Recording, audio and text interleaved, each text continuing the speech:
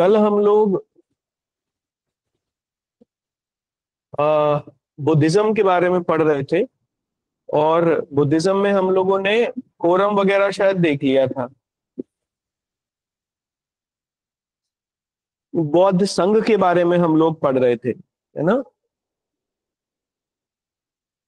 तो ये शायद हम लोगों ने देख लिया था कि जो बौद्ध धर्म में संघ था वो गणतंत्र प्रणाली के ऊपर आधारित था, है ना। एक रिपब्लिक सिस्टम उसमें था जिसके ऊपर वो बेस्ड था। लेकिन संघ में कुछ लोगों का प्रवेश वर्जित था, जिसमें उन लोगों को संघ में अनुमति नहीं थी आने की। एक तो चोर को नहीं थी, हत्यारे को नहीं थी, ऋणी व्यक्ति को नहीं थी, जिसके ऊपर ऋण होता था उसको भी नहीं थी, राजा के सेवक के ऊपर नहीं थी, उसकी अनुमति नहीं थी, दास की अनुमति नहीं थी, जो लोग दास थे उनकी भी अनुमति नहीं थी, और रोगी व्यक्तियों का भी प्रवेश जो था वो वर्जित था। तो ये वो लोग थे जो प्रवेश नहीं पा सकते थे संघ में, बाकी सब लोग आ सकते थे। तो हम लोग इससे ये पता लगा सकते हैं कि जो मानसिक रूप से, शारीरिक रूप से स्वस्थ व्यक्ति थे, होते थे, उन्हीं को प्रवेश मिलता था संघ में, बौद्ध संघ में। तो आप ये अगले पॉइंट देखो, बौद्धों का जो सबसे इंपॉर्टेंट, अच्छा, संघ में जब प्रवेश होता था, संघ में प्रवेश को कहते थे उपोसथ। उपोसथ, जब कोई व्यक्ति संघ में प्रवेश करता था बौद्ध बौद्ध संघ में, उसकी टर्म थी उपोसथ। तो सामान्य ये उपोसथ का जो काम था, यानी नए व्यक्ति को संघ में जब प्रवेश देते थे तो वो 4 दिन ही देते थे। ऊपर के जो चारों दिन हम लोगों ने लिखे हैं, तो आप इसमें the most piousest day in Buddhism is the most piousest day in Buddhism is Vaishakh Purnima. Vaishakh Purnima, इसे बुद्ध पूर्णिमा के नाम से भी जाना जाता है। इसे बुद्ध पूर्णिमा के नाम से भी जाना जाता है, and it is also known as Buddha Purnima. ठीक है ना, बड़ा इंपॉर्टेंट है ये, और पूरा वैज्ञानिक है ये, क्योंकि बौद्ध धर्म कंप्लीटली साइंटिफिक है। अगर बौद्ध धर्म को देखा जाए ना तो it is completely scientific. Jainism भी काफी हद तक साइंटिफिक है, लेकिन कुछ परेशानियां बाद में उसमें आ गई, जिसमें आडंबरों को शामिल कर लिया गया। और अगर सबसे ज्यादा आडंबरवाद अगर किसी चीज में तुम्हें देखने को मिलेगा ना, that is now in Sanatan culture. Sanatan Dharma में देखने को मिलेगा। इवन सच तो आज की स्थिति ये है कि अगर कोई एक अच्छा ऐसा कोई विद्वान व्यक्ति आपको नहीं मिलेगा ढूंढे से भी, जो सही तरीके से यज्ञ तक संपन्न करा सके, जिसको वास्तव में यज्ञ के मीनिंग का भी पता हो, बहुत मुश्किल से कोई मिलेगा। और वो इसीलिए क्योंकि सबसे ज्यादा आडंबरवाद इसी में ही आ गया। लेकिन बुद्धिज्म और आया, जैनिज्म बुद्धिज्म दोनों में, इनमें भी आया, लेकिन अभी भी इनमें प्योरिटी का लेवल काफी है। चाहे आप बुद्धिज्म में हीनयान बुद्धिज्म को देख लो, और जैनिज्म में दिगंबर संप्रदाय को आप देखो, वो लोग काफी हद तक अभी भी आडंबरों से दूर हैं। अगले पॉइंट से आप लिखना इसमें देखो, भगवान बुद्ध के लिए, मतलब बौद्ध धर्म में ये 8 जगहें हैं जो प्रसिद्ध है, भगवान बुद्ध से संबंधित है 8। और बौद्ध धर्म के केंद्र भी हैं ये 8। इनको बुद्धिज्म में अष्ट महास्थान कहा गया है। तो इन 8 पॉइंट से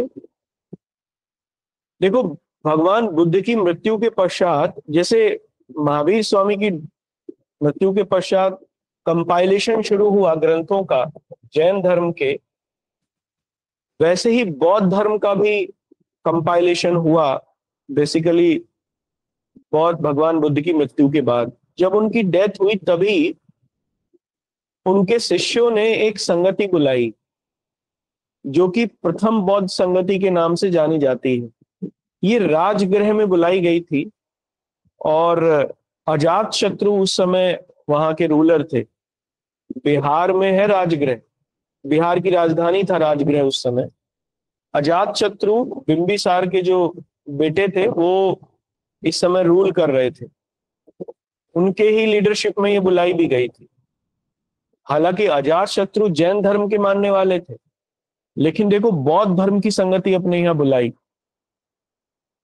इसकी अध्यक्षता की महाकश्यप ने, जो कि उस समय के सबसे बड़े और सीनियर लीडर थे। और इसी समय जो बुद्ध के उपदेश थे उनको उनको संकलित किया गया विनय पिटक और सुत्त पिटक ने। विनय पिटक पिटक और सुत्त पिटक दो ये बौद्ध धर्म के ग्रंथ हैं जो इसी संगति में लिखे गए। जहां तक मुझे याद आ रहा है, विनय पिटक को लिखा था उपाली ने और सुत्त पिटक को लिखा था आनंद ने। ये दो सबसे नजदीक थे भगवान बुद्ध के, सबसे नजदीक शिष्य थे ये। तो दोनों ने एक एक उनके जो उपदेश थे उनको लिखा, संकलित किया। तो इस तरीके से प्रथम बौद्ध संगति में जो दो महत्वपूर्ण ग्रंथ हैं बुद्धिज्म के, सुत्त पिटक और विनय पिटक, ये संकलित हो गए थे जस्ट भगवान बुद्ध की मृत्यु के पश्चात। तो आप लिखना, first Buddhist council was convened, first Buddhist council was convened, ठीक है। और उद्देश्य लिख लीजिए इसमें, ऑब्जेक्टिव मतलब क्यों बुलाई गई। तो बुद्ध के उपदेशों का संकलन हुआ इसमें और दो ग्रंथ लिखे गए, विनय पिटक और सुत्त पिटक। तो सेकंड काउंसिल पहली के 100 वर्ष बाद बुलाई गई, आफ्टर 100 ईयर्स, क्योंकि 100 साल कंप्लीट हो गए थे भगवान बुद्ध की मृत्यु के पश्चात। जब शताब्दी उनका वर्ष मनाया गया महापरिनिर्वाण का, तो फिर ये संगति बुलाई गई। अच्छा, इसका कारण एक और भी था कि इन 100 सालों में बुद्धिज्म में बहुत सारे अलग अलग तरीके के मतभेद आ गए थे लोगों में, वैचारिक मतभेद, आइडियोलॉजिकल डिफरेंसेस थे, उनको दूर करने के लिए बुलाई गई थी। लेकिन संगति में और वैचारिक मतभेद बढ़ गए दूर होने की बजाय, और फाइनली जो बुद्धिज्म था वो दो भागों में टूट गया, स्थविर और महासांघिक, ये दो भागों में टूटा। बुद्धिज्म भारत में से इसीलिए समाप्त भी हुआ, तो एक तो कारण उसका समाप्ति का यही था कि उनमें जो इंटरनल प्रॉब्लम थी वो बनी रही। संघ में लोग आपस में झगड़ते थे पदों के लिए, और दूसरा बौद्ध संघ में जो अनुशासन था वो समाप्त होने लगा था, डिसिप्लिन नहीं रहा। जबकि भगवान बुद्ध नैतिक डिसिप्लिन, मोरल डिसिप्लिन के ऊपर सबसे ज्यादा ध्यान देते थे। बौद्ध धर्म का आधार ही मोरल डिसिप्लिन था। बौद्धों में से मोरल डिसिप्लिन ही खत्म होने लगा, और ब्राह्मण धर्म की जो बातें हैं, जैसे मूर्ति पूजा, जादू टोना, ये सब उसमें आने लगी थी, जबकि इसका कोई मतलब नहीं था। तंत्र क्रियाएं भी शामिल होने लगी थी धीरे धीरे यहीं से। बाद में जब ये बहुत बढ़ गई 7वीं 8वीं शताब्दी तक आते आते, तब फिर एक अलग ही बौद्ध धर्म में से एक अलग ही शाखा टूटी, जिसे तंत्रयान के नाम से जानते हैं आज भी। और तिब्बतन बुद्धिज्म का यहीं से उदय होता है। जो आज तिब्बत में बौद्ध धर्म है, दैट इज तंत्रयान। दलाई लामा इसके हेड होते हैं, और ये पूरी तरीके से तंत्र क्रियाओं के ऊपर आधारित है। उनका वैचारिक आधार तंत्र क्रियाओं के ऊपर आधारित है, ठीक है ना। तो भारत में दो चीजें देखने को मिली। अब ये तंत्रयान जो आया ये शाक्त धर्म से आया। अभी भारत में जब अब लोग आगे चलेंगे उसे मैं आपको नहीं पढ़ाऊंगा, शैव और शाक्त धर्मों को नहीं पढ़ाऊंगा, लेकिन भारत में एक और ट्रेंड चलता है ब्राह्मण धर्म में, और ये ट्रेंड आया लगभग 4वीं और 5वीं शती ईस्वी में, शाक्त धर्म की उत्पत्ति हुई, जिसमें शक्ति की पूजा होनी शुरू हुई, और 64 योगिनी उसका मंदिर भी है जबलपुर में। इसका बेसिक ऑब्जेक्टिव यही था कि मतलब तंत्र और इन सब से रिलेटेड ये सब अध्ययन थे।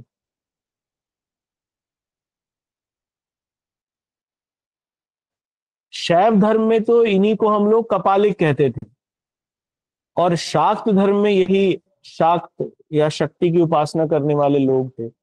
इसी से प्रभावित होकर बुद्धिज्म में तंत्रयान आया। तारा देवी की पूजा होती है उसमें, तंत्रयान। इसलिए तारा देवी के मंदिर मिलेंगे आपको बुद्ध तिब्बत में। तारा देवी को बड़ी इंपॉर्टेंट देवी मानते हैं वो लोग। होता जनरली उसमें यही है और कुछ नहीं है कि वो इसीलिए डिक्लाइन कर गया। वो मोरल ऑफ द स्टोरी इसीलिए डिक्लाइन किया बहुत डीप, तो इसलिए डिक्लाइन करा। यहां से पहला विभाजन सेकंड में हो गया था, सेकंड काउंसिल में। एक और विभाजन होगा भी आगे चौथी में। तो चूंकि लगातार डिक्लाइन हुआ, जब लगातार डिवाइड हुआ, उसके बाद कुछ ऐसी मान्यताएं उसमें आ गई जो कि भगवान बुद्ध की जो मूल उपदेश थे उससे बिल्कुल हटके थी। तो फिर भारत में वो डिक्लाइन करने लगा और धीरे धीरे ब्राह्मण धर्म के साथ ही मर्ज करने लगा। और इसी का प्रभाव था महायान बुद्धिज्म का आ जाना, जिसमें अवतारवाद को माना गया, बुद्ध को भगवान मान लिया गया महायान बुद्धिज्म में। तो ये सब आके फिर वो समाप्त हुआ भारत में से। अब आप इसमें नेक्स्ट लिखना उद्देश्य, ऑब्जेक्टिव क्या था। तो जो प्रॉब्लम आ गई थी अनुशासन को लेकर, बौद्ध धर्म में इसे समाप्त करना था, लेकिन दो भागों में बट गया, स्थविर और महासांगिक। तो लिखना उद्देश्य, ठीक है। स्थविर, STHAVIR, स्थविर। ये वो लोग थे जो बुद्ध को भगवान नहीं मानते थे, है ना। ये बुद्ध को केवल एक भिक्षुक मानते थे, और ना ही उनके पूर्व जन्म के बारे में कुछ मानते थे कि उन्होंने पूर्व जन्म में ये सब किया। स्थविर। और दूसरे लिखना महासांघिक, महासांघिक,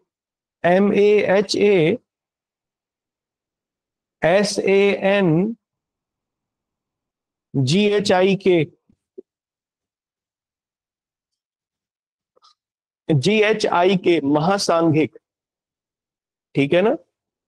इनको ये मानते थे कि वो भगवान बुद्ध हैं और अवतार लिए हैं उन्होंने, अब से पहले भी लिए हैं, आगे भी लेते रहेंगे, ये सब बातें थी। यानी ब्राह्मण धर्म की जो अवतारवाद की कॉन्सेप्ट थी वो महासांघिकों ने स्वीकार कर ली थी। स्थविरवादियों ने उसे स्वीकार नहीं किया था, वो बौद्ध धर्म पर ही चल रहे थे जो उसका मौलिक आधार था। तो दो भागों में बट गया। नेक्स्ट लिखो तृतीय संगति, तृतीय बौद्ध संगति, थर्ड बुद्धिस्ट काउंसिल।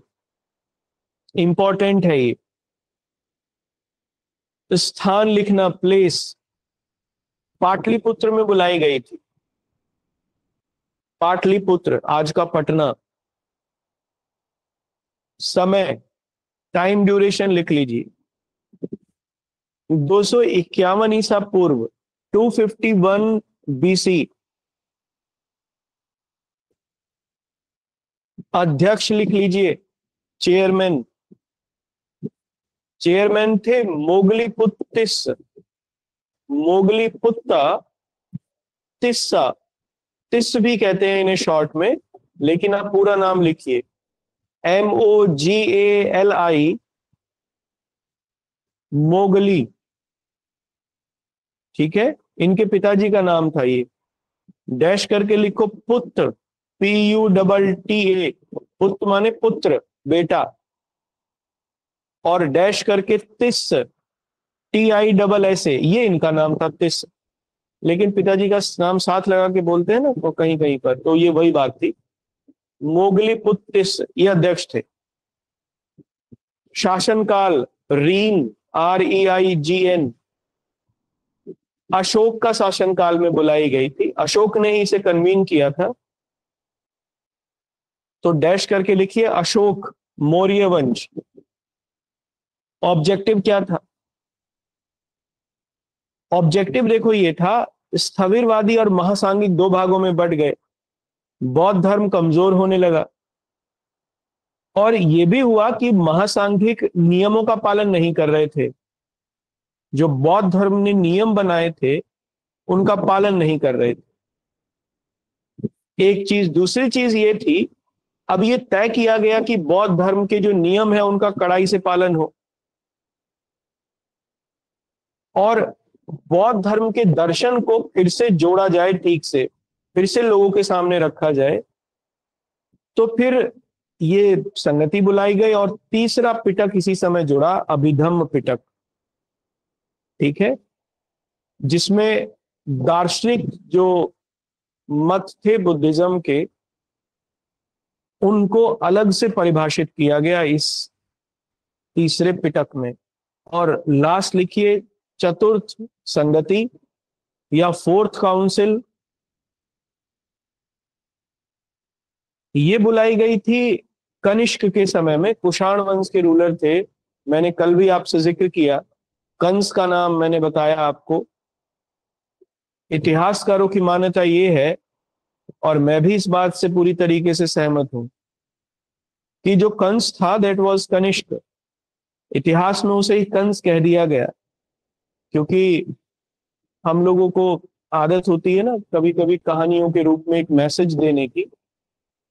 तो दैट वाज अ मैसेज, और मैसेज यही था कि जो एक विधर्मी व्यक्ति था उसे फिर से, उसे समाप्त करके धर्म की स्थापना की गई कृष्ण के द्वारा।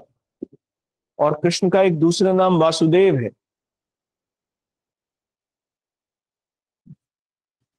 जिसकी कनिष्क के या कुषाण वंश के अंतिम रूलर की जिसने हत्या की, दैट वाज वासुदेव।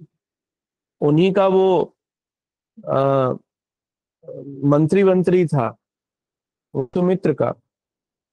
और यहां से भी है कि जो कृष्ण थे वो मामा लगता था कंस उनका, यानी रिलेटिव था, संबंधी था।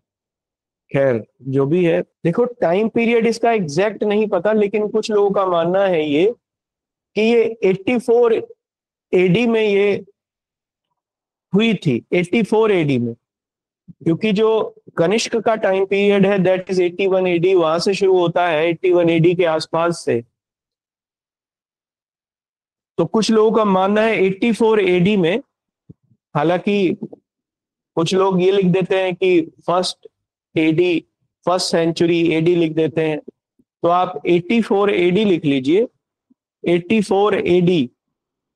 और देखो फाइनली यहां पर बौद्ध धर्म दो भागों में और बट गया, हीनयान और महायान।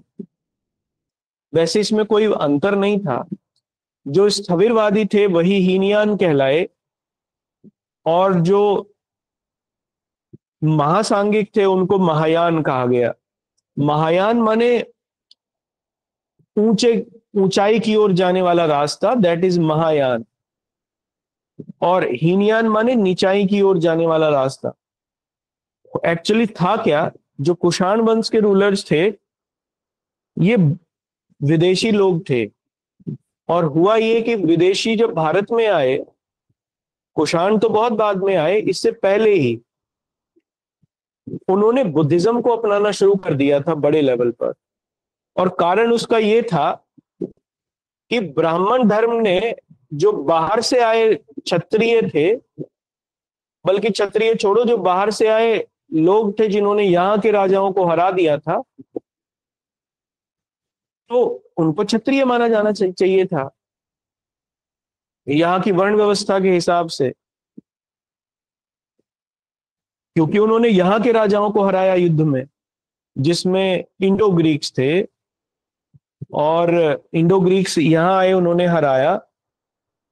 उसके अलावा ये कुषाण थे, इन्होंने भी हराया। लेकिन इन लोगों को ब्राह्मण धर्म ने ऑथेंटिकेशन नहीं दिया। उन्होंने क्षत्रिय तो माना, लेकिन इनको कहा व्रात क्षत्रिय। व्रात क्षत्रिय का मतलब नीचे दर्जे का क्षत्रिय, निम्न वर्गीय क्षत्रिय। अब इन लोगों को ये ठीक नहीं लगा सिस्टम, जो बाहर से आए विदेशी रूलर्स थे। इसलिए ज्यादातर विदेशी रूलर्स ने बुद्धिज्म को एक्सेप्ट करना शुरू किया, क्योंकि बुद्धिज्म में किसी तरीके का वर्ण विभाजन नहीं था। वो वर्ण विभाजन का विरोध करते थे। अब विदेशी जब बुद्धिज्म को में आने शुरू हो गए तो फिर उनमें वैचारिक मतभेद और बढ़ गया बुद्धिज्म में। इसीलिए कुषाणों के समय तक आते आते वो वैचारिक मतभेद बहुत बढ़ गए थे, और फाइनली कनिष्क के समय में वो दो भागों में टूट ही गया बुद्धिज्म। कुषाण लोग महायान बुद्धिज्म को फॉलो करते थे, क्योंकि महायान बुद्धिज्म ने उन्हें स्वीकृति दे दी थी। तो फिर उन्होंने उसी हिस्से को, बुद्धिज्म के उसी हिस्से को महायान यानी ऊंचा वाला रास्ता कहा, और जिन्होंने उन्हें स्वीकृति नहीं दी थी उनको उन्होंने हीनयान कहा, या निम्न रास्ता या निम्न दर्जे का धर्म बताया। लेकिन ओरिजिनलिटी उसी में थी, हीनयान में। जैसे आज म्यांमार में नहीं, भूटान में हीनयान बुद्धिज्म है, म्यांमार में भी हीनयान बुद्धिज्म है, जबकि चाइना में आपको या बाकी और जो ईस्ट एशिया के देश हैं उनमें महायान मिलेगा। कंबोडिया में भी हीनयान बुद्धिज्म है, म्यांमार में, लाओस और कंबोडिया इनमें हीनयान है, और भूटान में हीनयान है। तो आप वहां अलग लेवल का अब बुद्धिज्म को देखोगे। जैसे जहां तक मुझे याद है, यानी मैंने समझा है बुद्धिज्म को, बुद्धिज्म में भगवान बुद्ध की एक पद्धति थी विपस्सना। विपस्सना पद्धति अगर कहीं मिलती है आज तो दैट इज इन भूटान, और आज तक उसी को परिष्कृत किया गया है विपस्सना को भूटान में, और नहीं मिलती देखने को कहीं भी किसी भी बुद्धिस्ट देश में। हीनयानियों ने ही उसे परिष्कृत किया है। श्रीलंका में भी हीनयान बुद्धिज्म का ही प्रचार हुआ, हालांकि वहां दोनों तरीके के लोग मिलते हैं, लेकिन हीनयान बुद्धिज्म का ही प्रचार श्रीलंका में हुआ। खैर चलिए, इसमें आप लिखना लास्ट पॉइंट में, इसमें लिखना आप, देखो शून्यवाद ये कहता था कि जो संपूर्ण प्रकृति है इसकी उत्पत्ति एक कण से हुई है जिसे अणु कहते हैं, और ये बात बिल्कुल सही थी। जो बात उन्होंने कही उस समय, हमारे वैज्ञानिक आज इस पर शोध कर रहे हैं, गॉड पार्टिकल है वो। तो वो ये कहते हैं कि जो संपूर्ण प्रकृति है, इसकी जितनी भी चीजें हैं, इन सब में एक यूनिफॉर्मिटी है, इन सब में एक रूपता है, ये अलग अलग नहीं है, बस ये दिखती अलग अलग है। लेकिन अगर आप इनको सही तरीके से या बारीकी में देखोगे, इन एक्चुअल आप देखना चाहोगे, तो इनमें कोई फर्क नहीं है, एक ही है ये सब। क्योंकि अणु जो है इनके, वो एक ही प्रकार के अणु हैं, एक ही प्रकार के अणुओं से मिलकर ये बने हैं। तो शून्यवाद इसलिए इस बात पर जोर देता है, उनका पूरा का पूरा जोर इस बात पर है कि प्रकृति में एक रूपता है और जिसकी उत्पत्ति अणुओं से हुई है, और ये अणु अलग अलग नहीं होते बल्कि एक ही प्रकार के होते हैं। एक जगह जाकर ये एक ही सब मिल जाते हैं। यही बात गॉड पार्टिकल कहता है। गॉड पार्टिकल की हिग्स बोसोन थ्योरी कहती है, जो अब आई 21वीं शताब्दी में। ये बात उन्होंने 2000 साल पहले कह दी थी, 2500 साल पहले। ये कहता है शून्यवाद। और तो बहुत सारी बातें हैं शून्यवाद की, लेकिन मोटे तौर पर यही है जो मैंने आपको बताया।